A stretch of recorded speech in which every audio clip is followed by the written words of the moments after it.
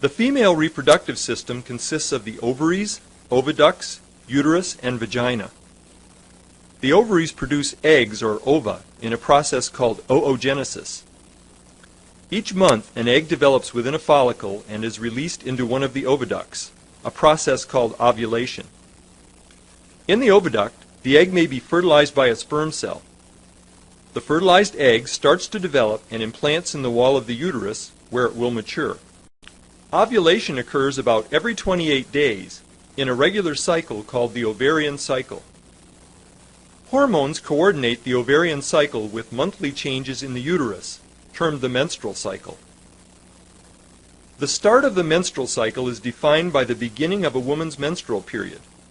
The lining of the uterus, called the endometrium, breaks down, and blood, cells, and mucus are expelled through the vagina.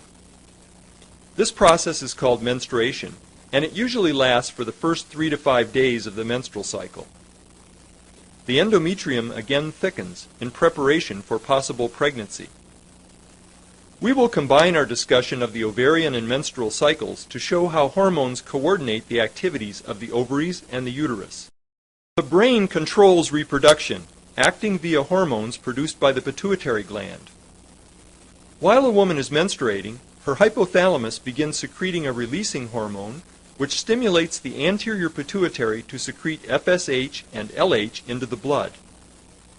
FSH, follicle-stimulating hormone, stimulates the growth of an ovarian follicle in the ovary.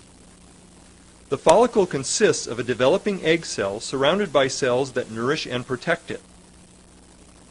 The developing follicle begins secreting estrogen, a female sex hormone. Estrogen shapes development of the female reproductive system and female secondary sex characteristics such as broad hips and development of the breasts. Its immediate role is to stimulate regrowth of the lining of the uterus in preparation for possible pregnancy. Low levels of estrogen also exert negative feedback on the hypothalamus, keeping blood levels of FSH and LH relatively low. Basically, what is going on here is that the brain triggers development of an egg, and the follicle containing the egg signals the uterus to prepare to support the development of an embryo. Negative feedback assures that only one follicle develops at a time. As the follicle grows, it secretes more and more estrogen. This stimulates further development and thickening of the uterine lining. Estrogen level reaches a peak just before the midpoint of the cycle. Now response of the hypothalamus and pituitary to estrogen reverses. The higher level of estrogen actually stimulates the hypothalamus to signal the pituitary to secrete a burst of FSH and LH. It is the burst of LH that triggers ovulation on about day 14 of the cycle.